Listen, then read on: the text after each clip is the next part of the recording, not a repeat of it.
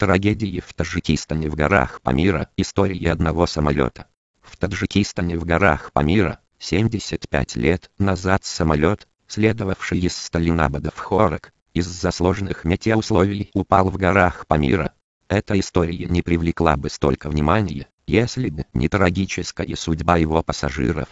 О том, что произошло, и о дальнейшей судьбе самолета марки Р-5.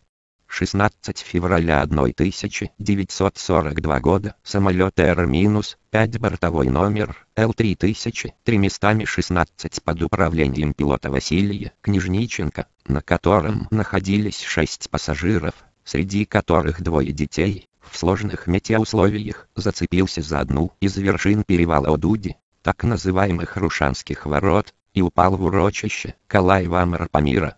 Пилот и пассажиры остались живы, получив небольшие травмы. На высоте 4500 метров, где дикий холод, без продуктов питания и опыта работы в горах, в течение 9 дней люди пытались найти выход. Идти через перевал не давал глубокий и сухой снег.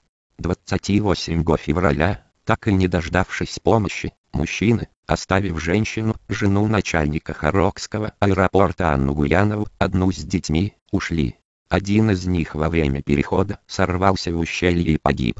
Оставшиеся мужчины через несколько дней добрались до кишлака, откуда они были переправлены в Хорак.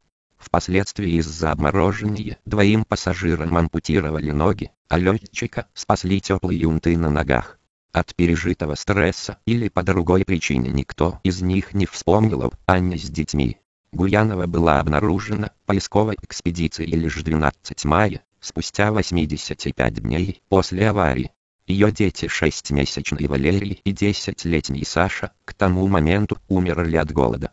История эта ужасна тем, что женщине, чтобы выжить, пришлось есть своих умерших детей. Об этом она написала в дневнике, который вела в горах все это время. Было возбуждено уголовное дело по факту оставления женщины с детьми в безвыходной ситуации. О судьбе выживших мужчин разные сведения. По одним они получили разные сроки наказания. Пилот был направлен на фронт, в штрафной батальон. По другим пилот после выздоровления сам попросился на фронт, где погиб. 8 храбрецов-альпинистов рядом с найденными ими останками Р-5. Машков, Е. Лоренц, Р. Абдуганиев, С. Михонин, Д. Бурлачка, Д. Ташмамадов, Ф. Сапожков, А.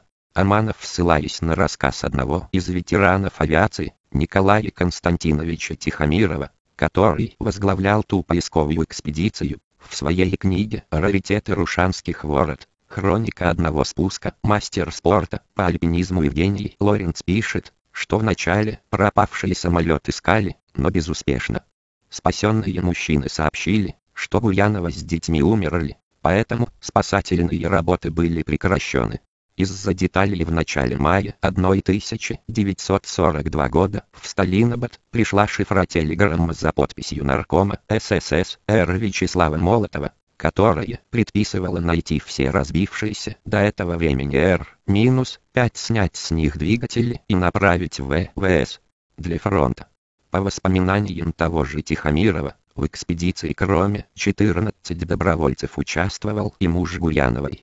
8 мая они двинулись в путь и через 4 дня, к своему великому удивлению, обнаружили живую Анну, вернее живой скелет, обтянутый кожей.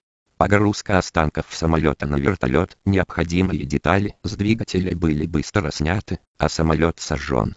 Гуянова позже обследовалась в Сталинабадской клинике, и у нее никаких психических отклонений обнаружено не было. По некоторым сведениям, она работала медсестрой в Ванчи. В конце 70-х Анну Афанасьевну видели здоровой в Душанбе. Согласно некоторым источникам, она еще раз вышла замуж, родила 2 детей, жила в Г-Нуэке и в начале 90-х умерла в преклонном возрасте.